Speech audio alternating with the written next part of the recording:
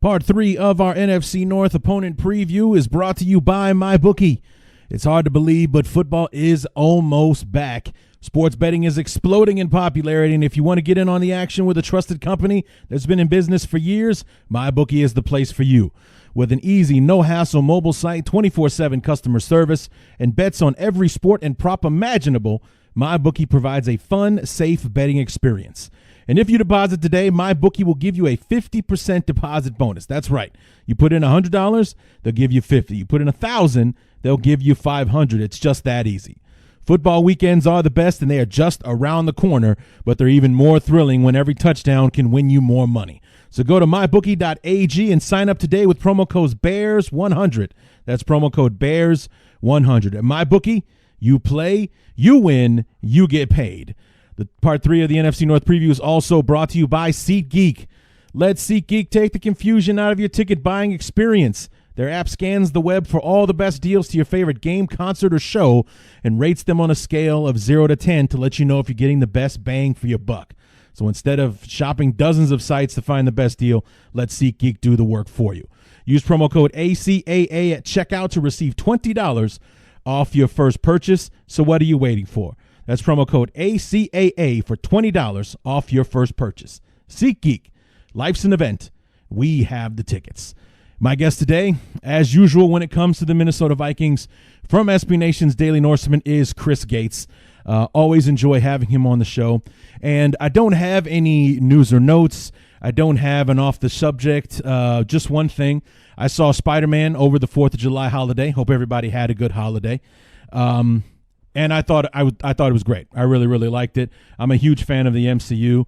The mid-credit scene was insane. For those who've seen the movie, know exactly what I'm talking about. Definitely, Marvel or the MCU is doing justice to Peter Parker and the Spider-Man character. Both the Andrew Garfield and Tobey Maguire Spider-Man had their qualities. There were some things to like and some things not to like, and so on and so forth. But I think they really found the perfect balance with Tom Holland as Peter Parker and as Spider-Man. Enjoyed the story. Jake Gyllenhaal was a beast as Mysterio, the villain in the movie. Overall, just fantastic. So I'm really excited for, and I'm not a Comic-Con guy, but Marvel's got a panel at Comic-Con where supposedly they're going to be announcing Phase 4 of the MCU. So we finally get to find out what comes next, what movies are coming, and everything like that. We already know that the Black Widow solo movie is in production right now, but we get to know what else is coming. Like, when is Guardians 3 coming out? Is there going to be a Doctor Strange 2, Captain Marvel 2, Black Panther 2, so on and so forth? Any new characters getting introduced into the MCU that are getting an origin story or a solo movie or anything like that? That's coming up, I think, next weekend, like the 20th or whenever Comic-Con is, they have a panel. So keep your eyes peeled for that if you're a fan of the MCU. Like I said, outside of that, nothing going on in the Bears world that's newsworthy or anything like that. So we're just going to go ahead and dive right in to my talk with Chris about the Minnesota Vikings. And we talk about Week 17, what happened there, how they really just weren't playing like a team with their season on the line. And all the credit in the world to Chris. He's in agreement. There's no denying what took place in that football game.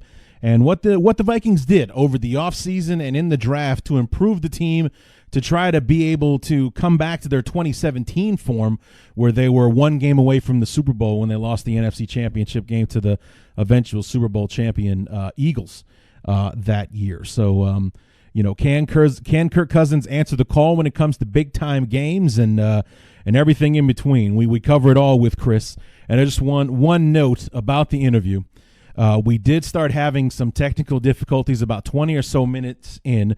You'll be able to spot where, and then you'll hear a little transition noise, and then you'll hear basically part 2 of the interview where we kind of switched up formats a bit and went on from there without any problems. So just in case you wanted to know why you hear the knee-jerk reaction tackle sound in the middle of the interview, that's when we transitioned from what we were doing before to how we finished the interview, just to give you a heads up. So without further ado, myself, my good friend Chris Gates from SB Nation's Daily Norseman, previewing the 2019 Minnesota Vikings.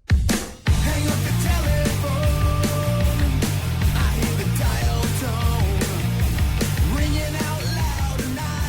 Part number 3 of our NFC North opponent preview has us in Minnesota now with our longtime rival, the Minnesota Vikings, and seemingly the team that we're destined to finish the season with until the end of time. And here to help us talk about the Minnesota Vikings, as he always does, from the Daily Norseman on SB Nation, Chris Gates. Chris, welcome back, man.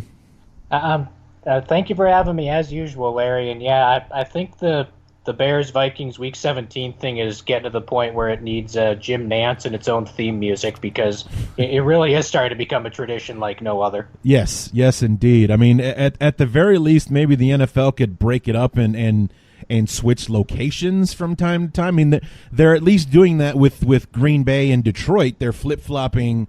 Like last year they're in Green Bay, this year they're going to be in Detroit. They could at least do that to mix it up a little bit. I mean, if we're destined to keep playing each other Week 17, at least swap it up from time to time. So we play the early game in Minnesota, the late game in Chicago. Instead, they're just pretty much, putting up a stencil when they recreate the schedule every year. Be like, yep, these go, because we're playing the Green Bay in the exact same weeks that we played them last year, Week 1, Week 15. We're pretty much playing an identical schedule with the Lions, Week 10, same as last year. I think it was Week 11 was the first game last year. So we're playing a week earlier this year, but we're playing again on Thanksgiving. And then with us, what was it last year? The early game. Last year we didn't play the first time until like Week 10 or 11 or something like you're that. Right. It was later on in the season. You're right, because it was Detroit, Minnesota, Detroit. That was our schedule there at that one. Yep. At that one juncture. But so they mixed it up that way. We play you Week 4 first this time, but once again Week 17 in Minnesota to finish out the year. So not a lot of imagination out of the NFL when it came to the division schedule for the Bears this year. Almost none, actually. So, but no, and I keep waiting for them to play to put Minnesota in Chicago Week 17, because I think since the schedule went to the way it did, with division games always being a Week 17, we've hosted the Bears, we've hosted the Packers, we've hosted the Lions, we've gone to Detroit, we've gone to Green Bay, but we have yet to go to Chicago under that format, and I'm not entirely sure why that is, but yeah, kind of the same thing for us. We played in Green Bay in Week 2 last year, and we're playing in Green Bay in Week 2 this year, and you guys in Week 17 again in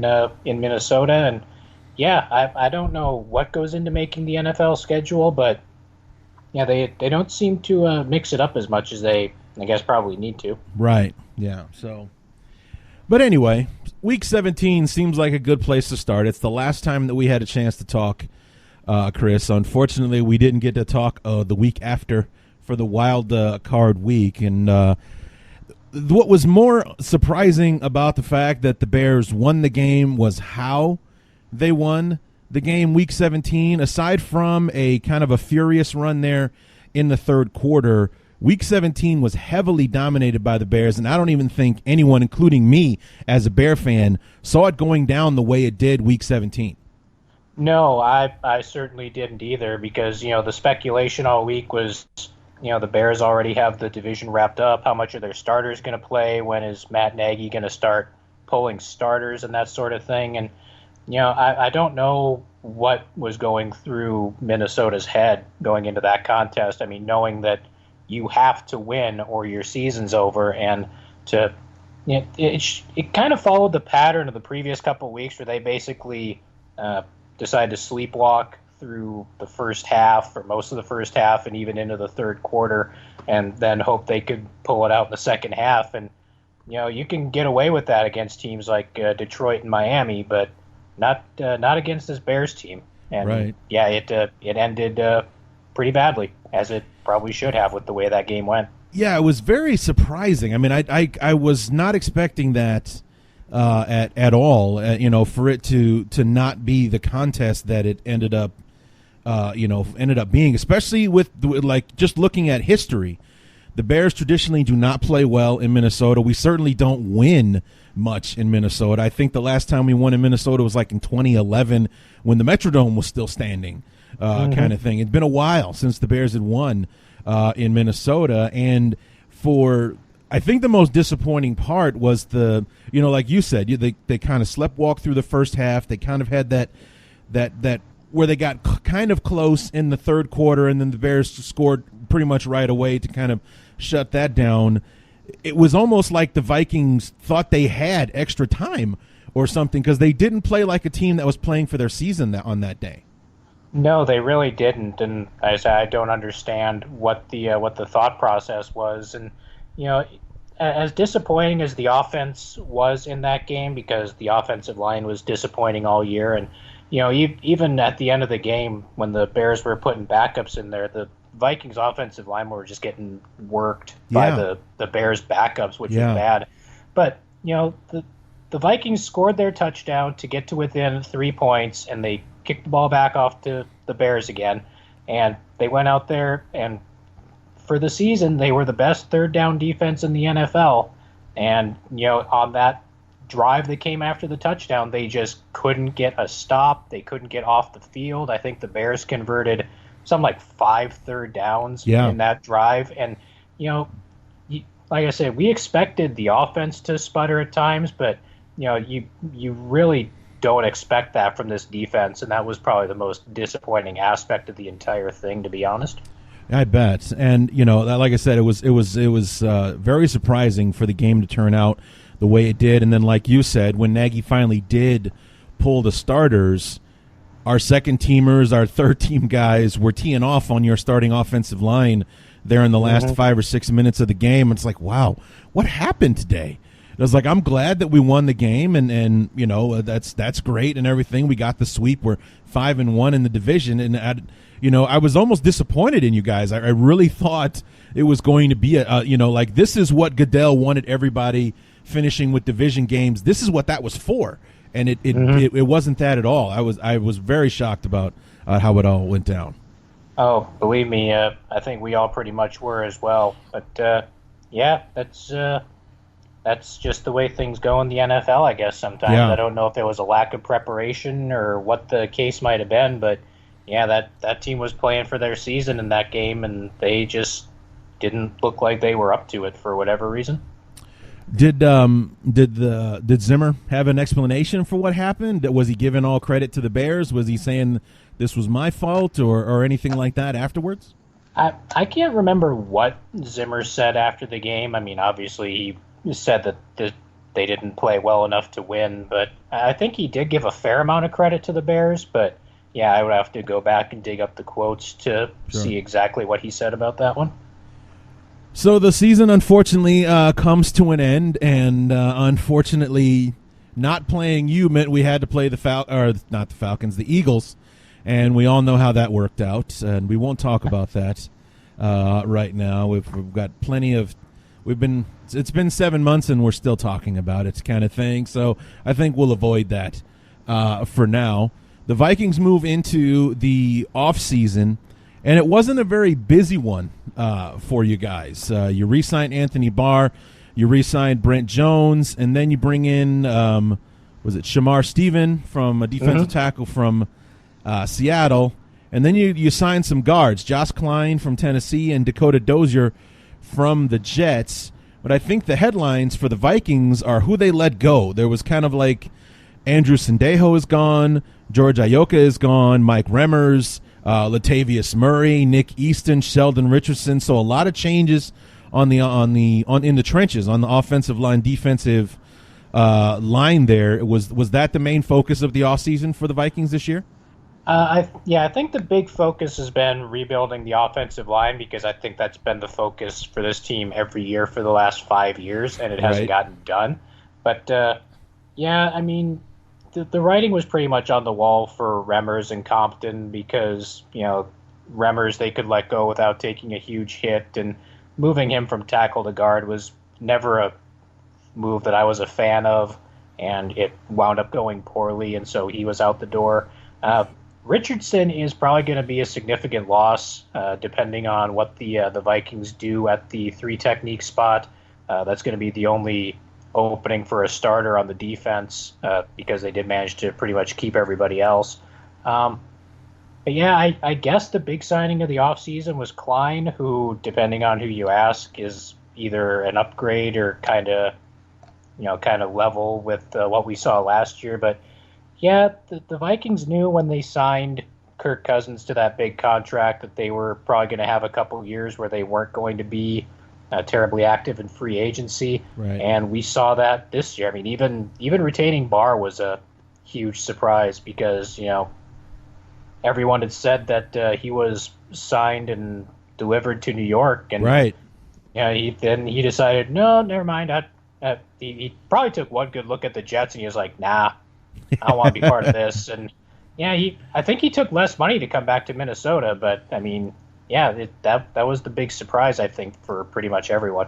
Yeah, that was an interesting, 24, 48 hours at the most, where, during the good old tampering period and everything, Anthony Barr was announced to have signed a big deal with the Jets, and then, oh, wait, no, never mind, Anthony Barr decided at the last minute to re-sign and stay with the Minnesota Vikings. What were your thoughts on that? Were you happy that he came back? Did they spend too much money? Is it New York's loss? What were your thoughts there?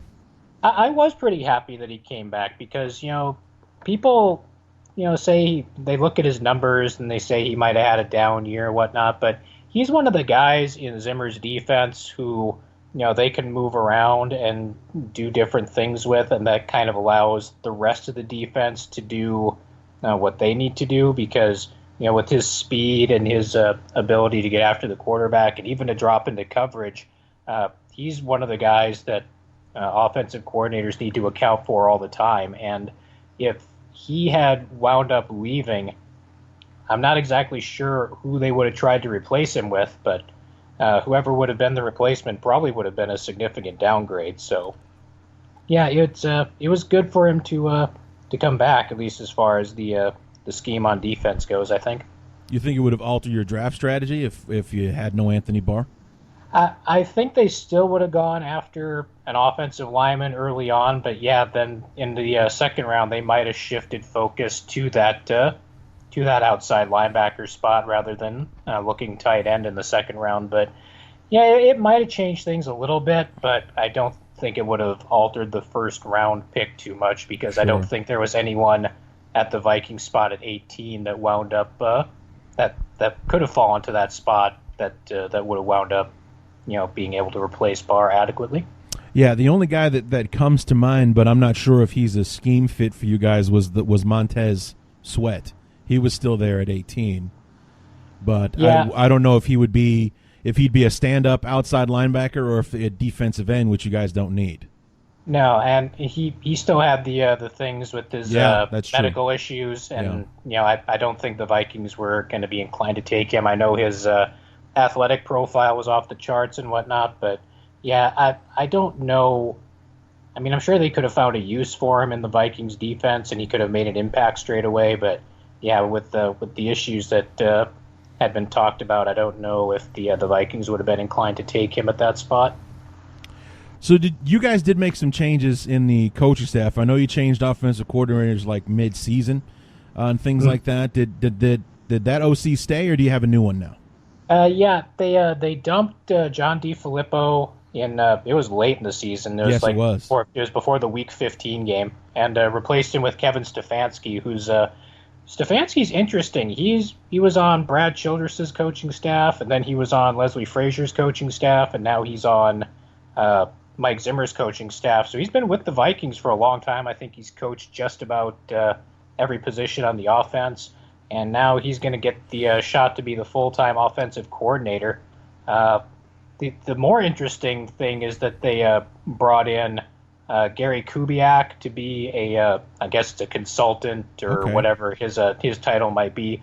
And they brought in a new offensive line coach in Rick Dennison, who Kubiak worked with in Denver. And they're apparently going to go to more of a finesse zone-type blocking scheme, which – given the way the Vikings are constructed up front, is probably going to, hopefully going to work out much better for them than what we've seen over the last couple of years. Yeah, it's always interesting how those types of changes, and you wouldn't think there's a whole lot of room for finesse at the offensive line position. It's basically you pick the guy in front of you you knock him down or you get in his way, make sure he doesn't touch the guy coming in behind you or get to your quarterback. But there are actually a lot of different ways you can run your scheme up front. Oh yeah, and I'm not a expert on offensive line play by any stretch, but I've been trying to get smart on some of the differences and whatnot of a zone blocking scheme and things of that nature. And the Vikings offensive line has a lot of smaller, quicker type guys rather than big, huge bruiser types. And hopefully, like I said, with this new type of blocking scheme, hopefully things will go better this season than they have the past few years. Yeah, zone blocking does seem to favor like the smaller, quicker offensive lines, the more agile guys, if you will, up front. And Dennison did that very well with Denver for a long time. So I think that could be a good move for you guys. Now, going into draft night, what were the mock drafts telling you? What were the experts saying that the Vikings were going to do at 18 going in?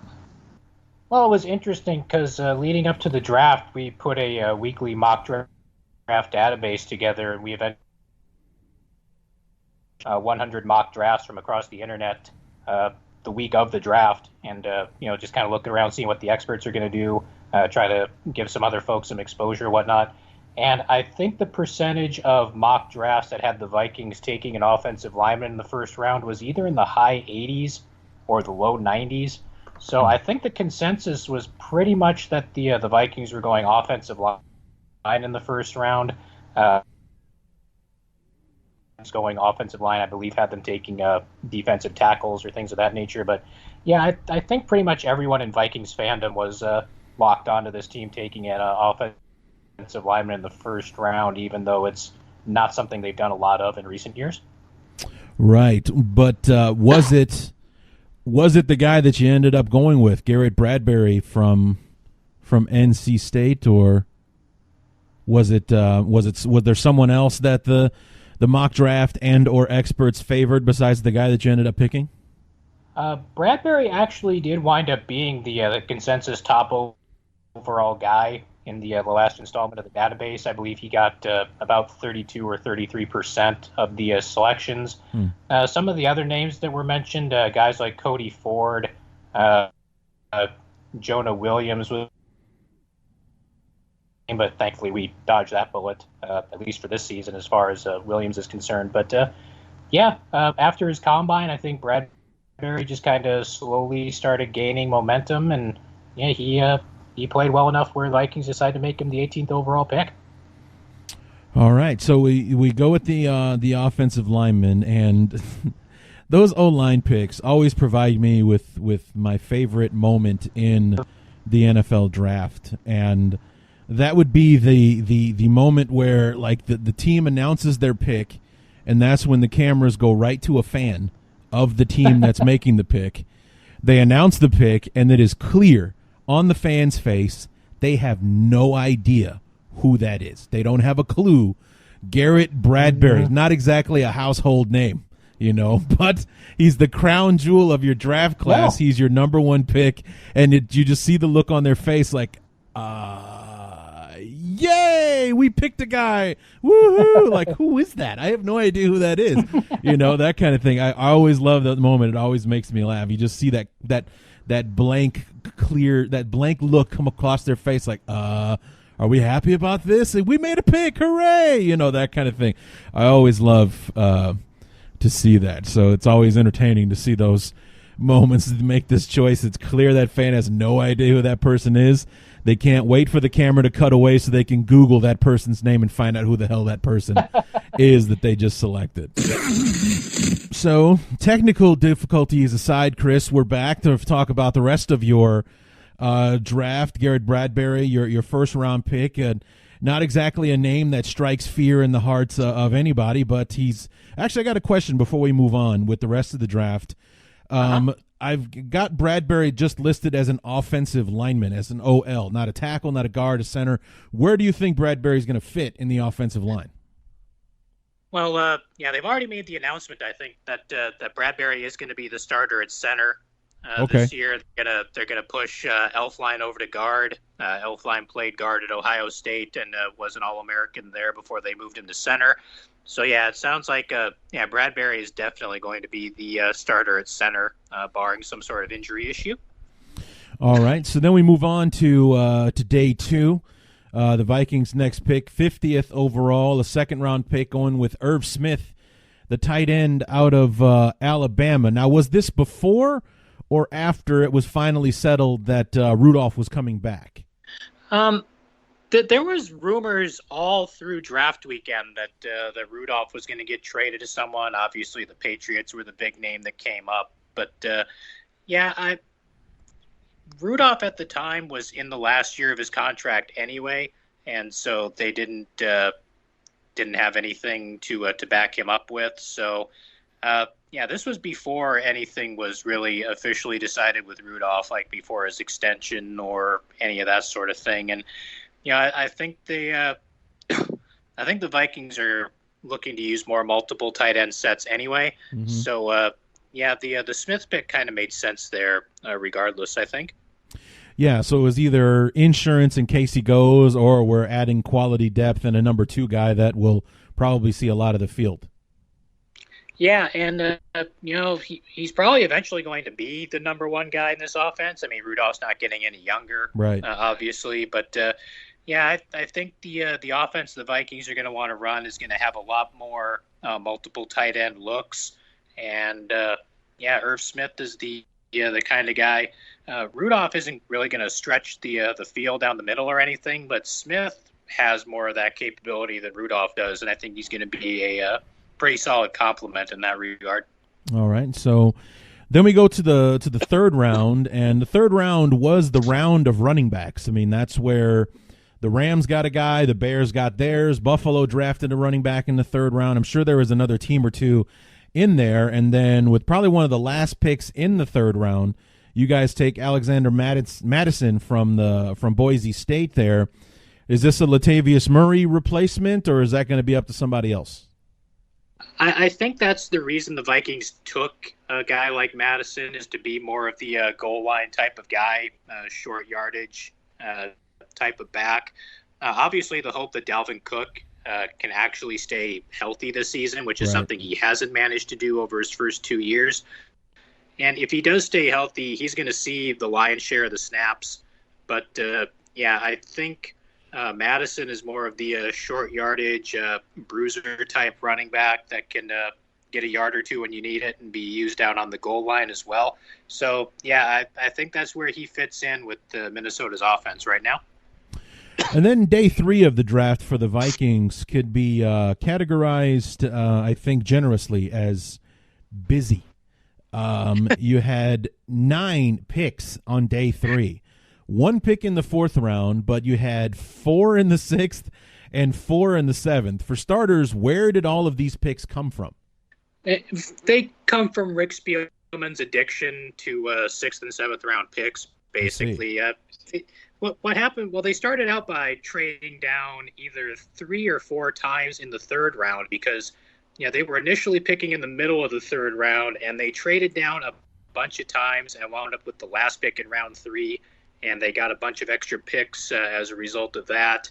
And if you're Rick Spielman, you can never have too many 6th and 7th round picks. I don't know exactly what the thought process behind that is, but that's just the way Spielman's always done things. So you say it's an addiction. I definitely think he does have a problem. For sure. He does. He needs an intervention or something. 4 6th round picks, 4 7th rounders, and you had a 4th rounder in there. Another offensive lineman, Drew Samia, I guess, guard from Oklahoma. So more offensive line depth there. And then in the 6th round, the 4 picks were a linebacker, Cameron Smith from USC. You got Armon Watts, the defensive tackle from Arkansas. Marcus Epps, a DB from Wyoming. And then you're going to have to help me with the last guy. I see Olasamika? Oli. Oh, yeah, we'll just go with that then because he's got like 19 letters in his first name. Udo would be his last name, a tackle from smaller school, Elon. Yes. that I am familiar with. It's a 1AA program. So out of that bunch in the 6th round, anybody that could be a contributor or maybe a special teams guy, anything like that? I really think Watts has the ability to contribute right away. He was kind of a guy who was he was a bit of a late bloomer at Arkansas. Really came on his last year at in Fayetteville, and I think if any of those 6th round picks has the ability to make a real impact, he might be the guy. Just given the ability of Andre Patterson and the Vikings coaching staff to develop defensive linemen the way they have over the years. And yeah, I think out of the 4 6th rounders, he's probably the one. Udo is probably a project at this point. Epps has gotten a lot of positive press coming out of camp, or coming out of the OTAs and the mini camps. I haven't gotten to see him personally or anything. And Cameron Smith is kind of one of those guys that just kind of screams special teamer to me. Sure. I mean, obviously you need guys like that on your roster, but I think he's kind of a special teams type of guy at this point. And then in the 7th round, the last 4 selections in the 7th round, Chris Boyd, another DB out of Texas, back-to-back wide receivers in Dylan Mitchell out of Oregon, and Olabisi Johnson. That one was a little bit easier on me. Olabisi Johnson out of Colorado State.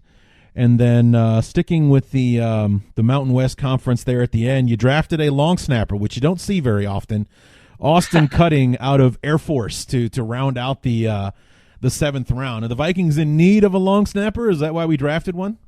Well, I mean, I don't know if they had an issue with Kevin McDermott. He had done a pretty solid job over the past couple of years. He is scheduled to make couple $1 million, I think, this year as the long snapper. So, you could obviously get a cheaper option in the 7th round if you wanted to. Right. At least early on. I don't know how much that had to do with it, but it was a surprising pick.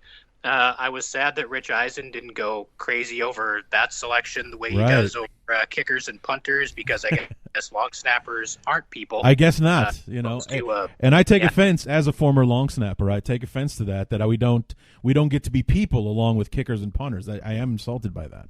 No, I mean, I mentioned it to him on the Twitter machine, and he didn't come back with anything. So I mean, we can conclude without any real argument that long snappers apparently are in fact not people, according to Rich Eisen. Yes, which is very, very sad. So overall, it seems like a very top heavy draft. You got Bradbury, you got Irv Smith, who's one of the better tight ends in the draft. You got that running back late in the 3rd round there, and then are we looking for anything from Samia there, that 4th round pick, before we get to the plethora of 6th and 7th round guys?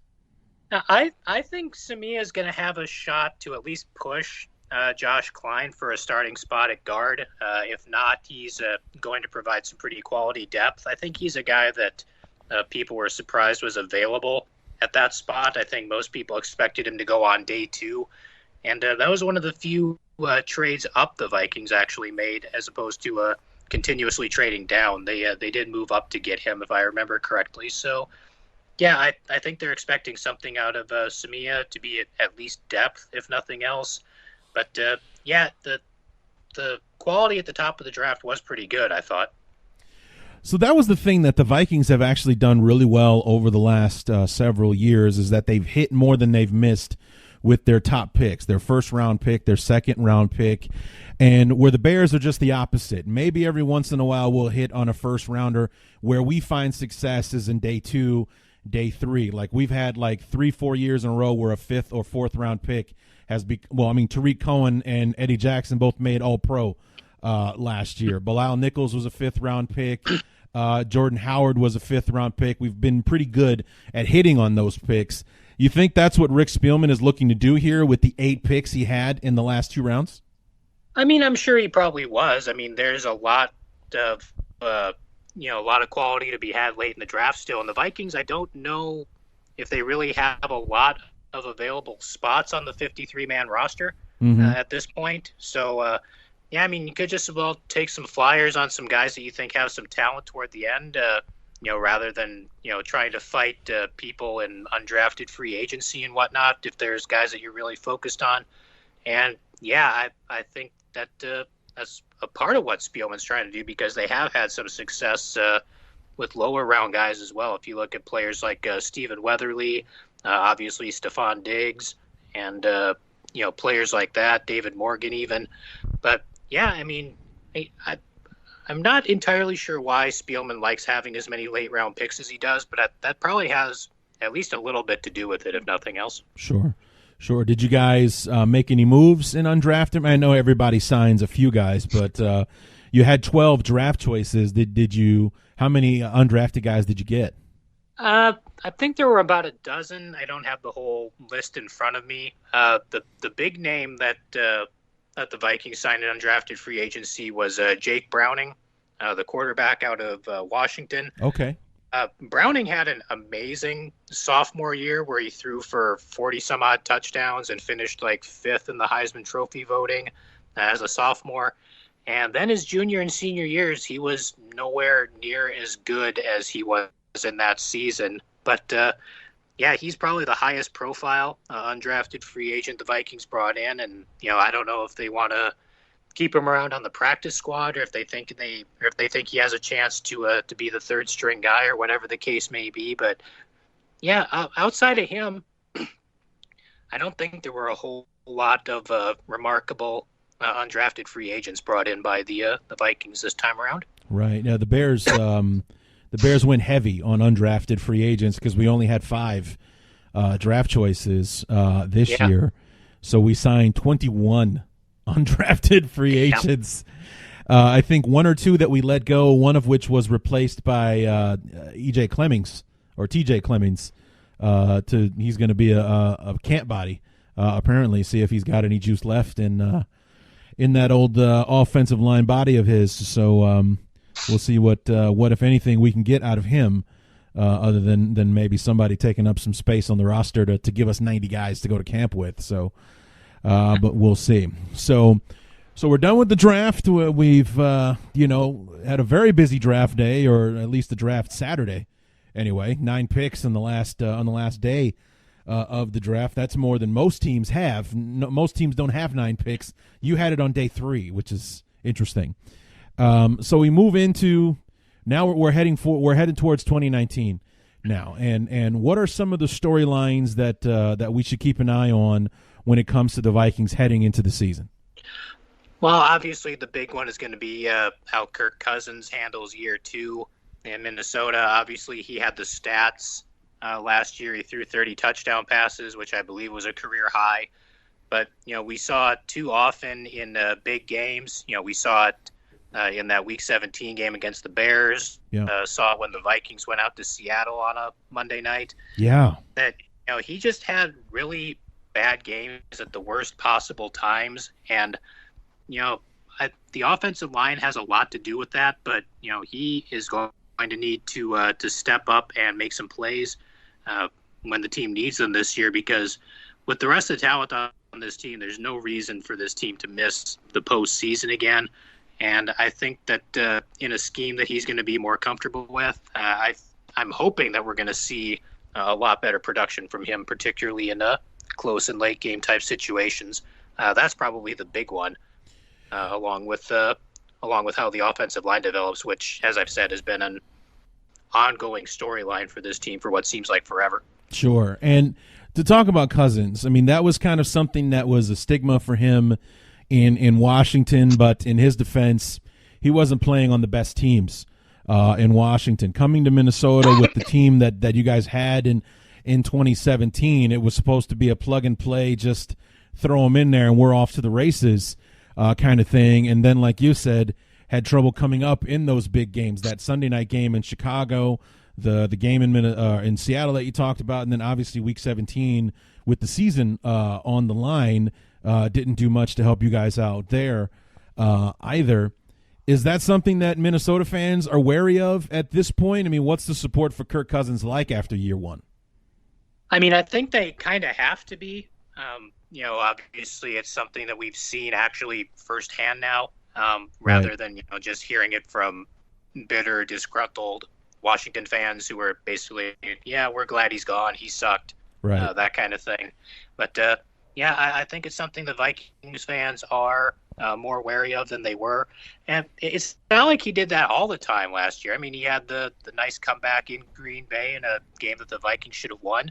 Right. And, but yeah, just as the season wore on, it got worse, it seemed like. And yeah, I think this is something that the Vikings faithful are going to keep an eye on this year because, whether we like it or not, this team is married to Kirk Cousins for this year and probably next year as well. So Yeah.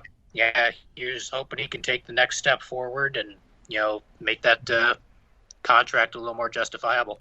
Right. Yeah. I mean, he's fully guaranteed across the board for all 3 years. So yeah, I mean, you're pretty much stuck with him until next year, at the very least, and so you're seeing somebody to take on that contract for you, and even then, there's some kind of salary cap hit implications with that. I've never really understood, but yeah. So I mean, are there any other position battles like on the offensive line who are battling for spots, and who do you think the offensive line is going to be when it's all said and done? I think your starters across the offensive line, at least to start the year, is going to be Riley Reif at left tackle. Elflein is going to move over to left guard. Bradbury is going to be your center. Josh Klein is going to be your right guard. And Brian O'Neill will be back at right tackle. And other than that, I think there's going to be a lot of fights for depth, whether it's a swing tackle, whether it's guys like Rashad Hill or Avion Collins or Drew Samia or Danny Isadora, whoever steps up in camp, because we've seen even if you have talented positions, you're going to need talented guys behind them without too much of a drop off. So I think the starters on the offensive line are going to be basically set, but the battle for the depth spots behind them should prove to be pretty interesting, I think. And how about the wide receiving core? Was it injuries last year that held the guys back a bit? I mean, I know overall they had fairly decent seasons, but it just didn't seem to have the same impact as it did in 2017. No, and I think as the year went on, teams started showing double teams to both Stephon Diggs and Adam Thielen more frequently, and Laquan Treadwell continued to be a flop for the most part. So, there was really not a number 3 guy to come in and take up that slack. That's probably going to be a big part of the reason we see more 2 tight end sets with Rudolph and Irv Smith. But the third wide receiver spot is going to be a pretty interesting competition, just because somebody has to benefit from teams paying extra attention to Thielen and Diggs all the time. And yes, I guess it's just going to be a matter of who Kirk Cousins develops the best chemistry with, whether it's Jordan Taylor, whether it's Dylan Mitchell or Olabisi Johnson, or whoever the case may be. And then on the defensive side, you guys have an embarrassment of riches in the corner position with Hughes and Xavier Rhodes and such. Are there any open spots on, like nickel corner or anything like that on the defensive side? Well, the corner situation is getting to be a little dicey, actually, because we're hearing rumors that Hughes might not be ready for the start of camp after tearing his ACL last year. He's made some progress in his rehab, but he might have to start out on the physically unable to perform list. And also Holton Hill, who was an undrafted free agent who came on late last year, is going to miss the first 4 games of the season because of a PED suspension. So at corner, you've got Rhodes and you've got Trey Waynes and you've got Mackenzie Alexander at the nickel corner. But beyond those 3, things are going to be a little iffy. I think Chris Boyd has some potential, and we're going to have to see how the depth chart fills out behind him. But about the only starting spot that's going to be open and available on defense at this point is the 3-technique tackle, now that Sheldon Richardson's moved on to Cleveland. And we mentioned Shamar Stephen earlier. He spent the first 4 years of his career in Minnesota, so he knows the scheme. And, we'll have to see how things shake out behind him, whether someone like Jalen Holmes or Jaleel Johnson or even Hercules Mataafa, who's gotten a little bit of steam this offseason, who's made the move to defensive tackle as well. See if he can play a role in this defense. But yeah, it's there's not a lot of starting spots to be had on the defensive side, but yeah, they're once again the battle for depth spots is going to be pretty interesting to watch. So considering that the offense and the defense or just the roster in general seems to be in as good a shape it was or as it is now, not a lot of spots to fill. You weren't very active in free agency. It was more about trying to keep guys as opposed to losing, and things like that. It's more of a roster that requires maintenance instead of an overhaul kind of thing. Very much like the position that the Bears were in, other teams like the Rams and the Saints, tweaking this, adding that, no big holes to fill, more so about adding depth and making sure that, God forbid if we lose somebody quality can step up behind them kind of thing. Overall, what was it that you think that the Vikings struggled with last year to end up in the spot that they were in?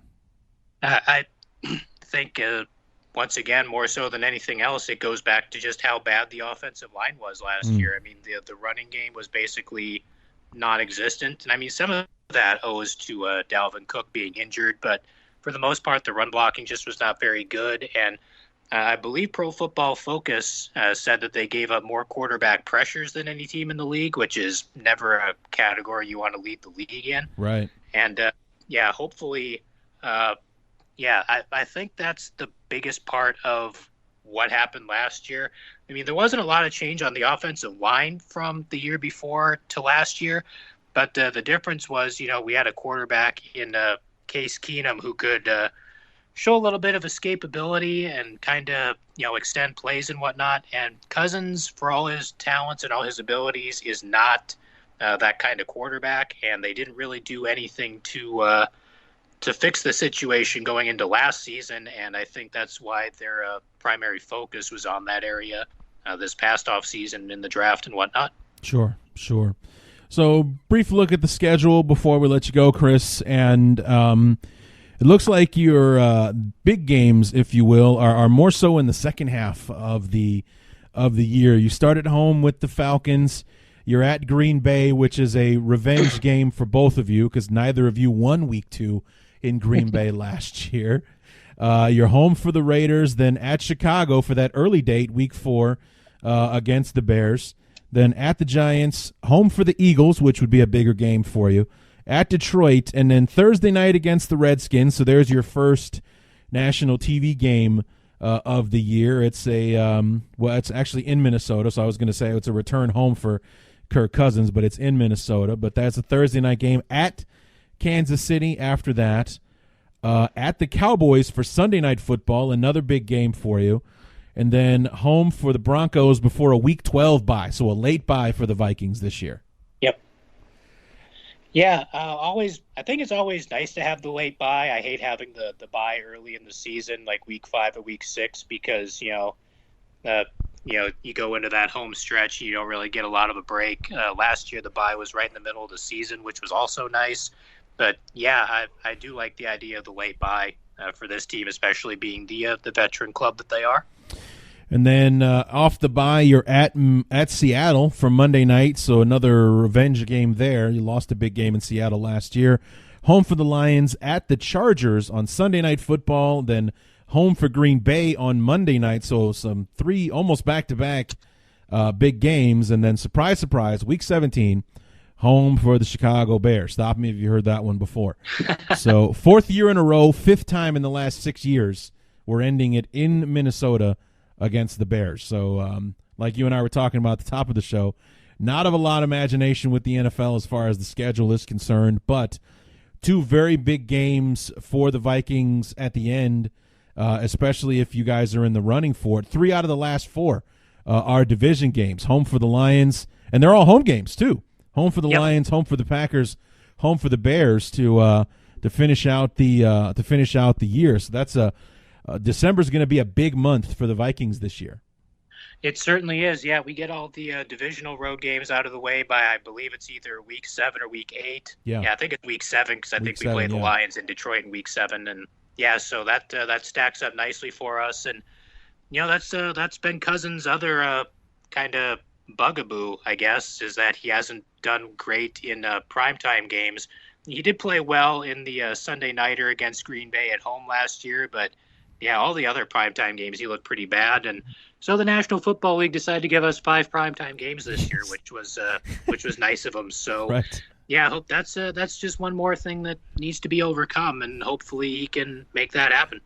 Yeah, it's kind of like one of those old school dads who teaches his kids how to swim by throwing them into the water. They're either going to figure it out or they're not. So here, just throw you in there. You're either going to figure out how to win those spotlight games or you're just going to keep losing them. It's up to you kind of thing. Yep. Yeah, last year was definitely not figuring out, but this year hopefully things will be different. Yeah, especially since they all come in the second half of the year. They start week 8, and like you said, you have 3 in the month of December there right at the very end of the year. So it's going to be a sink or swim month one way or the other for the Vikings. Yep, it sure is. And, this team has enough talent to be there at the end. It's just a matter of whether or not they can get the big games handled and whatnot. So hopefully that's something that will happen. So what are you looking for with the team this year? I mean, do you have an idea? I'm not going to ask you for a record, but where do you think the Vikings can go this year? Like I said, I don't think there's any reason why this team shouldn't get back to the playoffs this year. They should definitely be in contention for a playoff spot, and I will be disappointed if they're not in the tournament at the end of the year. Sure. Like I said, they've got all the talent to be there. I think anything short of at least a playoff berth, and if nothing else, a significant playoff run is going to be classed as a disappointment for this team. Where do you think that puts Zimmer if they fall short again? I don't think he would lose his job if they fell short, but his seat going into 2020 would definitely be significantly warmer than it is now. If they don't make it this year, he's going to have some things to answer for. And like I said, I don't think they'd fire him if they didn't make it this season, unless they completely bottomed out and went like 3-13 or something, which I don't see happening. But if they don't make it this year, I think he's going to be one of those coaches on the hot seat going into 2020 with the roster this talented and an ownership group that really wants a title in the city.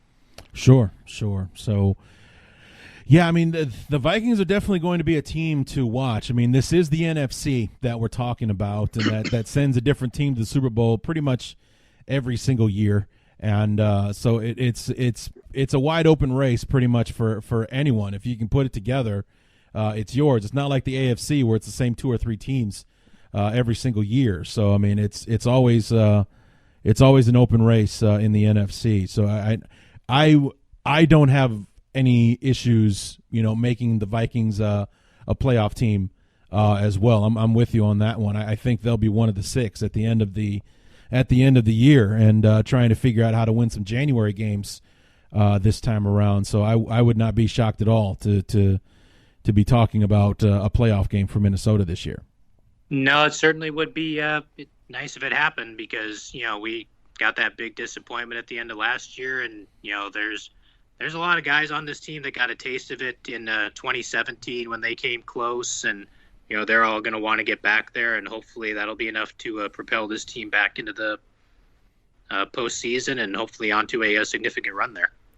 What's interesting, before I let you go, thinking about how the Vikings and their playoff runs have been over the last several years, I'm thinking even back to like 2000 and such, is that I noticed that the end of the year is always crushing in one way or the other. Like I think back to some of the, thinking back. Go ahead. Well, to the 98 championship game, that was an absolute heartbreaker, overtime loss, that kind of thing. You get back to the NFC title game in 2000, it's like the Vikings never got off the bus. 41-0 they lose to the Giants, and the heartbreaker to or actually that was the heartbreaker for the Saints, not you guys. But you get to the NFC Championship game, you look like the team to beat against the Eagles. After scoring the first touchdown in the game, that was pretty much it. You're blown out by the Eagles kind of thing. It just seems like it's one extreme or the other for the playoff runs for the Vikings over the last several years. Yeah, I mean, you talked about 2009 with all the. Oh right, Jesus Christ, Brett Favre. Yeah. Wow. And the bounty thing that came from that, and all right. The dirtiness, and Blair Walsh missing a field goal that he probably should have made in his sleep against Seattle. That's right. Wow. Yeah, we're up for getting our souls crushed on a regular basis. That's just kind of what we do here in Minnesota. And, just once. I mean, I actually have a shirt in my closet that says "Just one before I die." I look forward to the day where I can maybe think about throwing that shirt out because I won't need it anymore. And it would be awesome for it to happen. It would have been awesome for it to happen a couple years ago when the Super Bowl would have been in Minnesota. Yeah, but sure.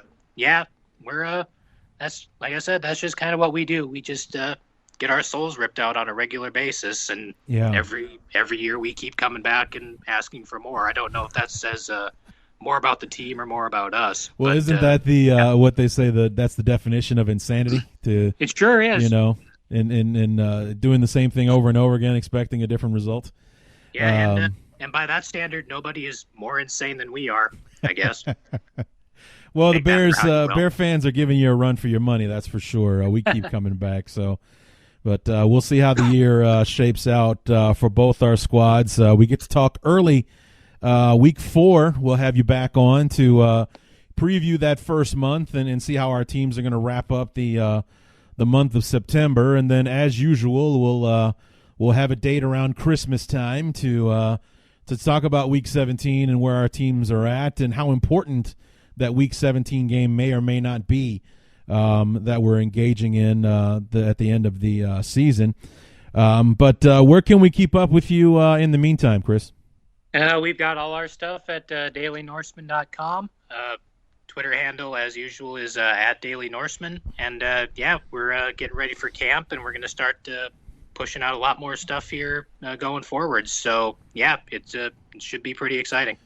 Yeah, this is what I call even though the temperatures are getting warmer and warmer, this is the Siberia of the off season, where especially in this 6-week period from the end of mini camps to the beginning of training camp, where everybody's on vacation. Unless they're getting arrested, you're not hearing about anything that the teams are doing or anything. So in this 6-week period, no news is good news. For the most part, but this is that time of year where there's literally nothing going on, so that's why I like to keep myself busy doing shows like this with the opponent previews, and that's why I enjoy having you on the show when the Minnesota Vikings come up. Well, thank you for having me, Larry, and I'm already looking forward to Week 4, and hopefully both our teams will be making quite a bit of noise this year in the NFC. Sounds good. Chris Gates from the Daily Norseman from SB Nation, helping us preview the 2019 Minnesota Vikings.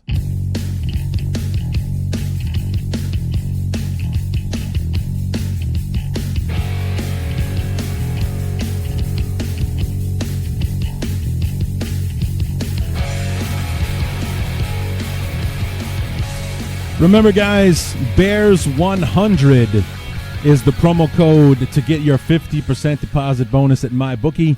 And ACAA, promo code ACAA for $20 off your first purchase at SeatGeek.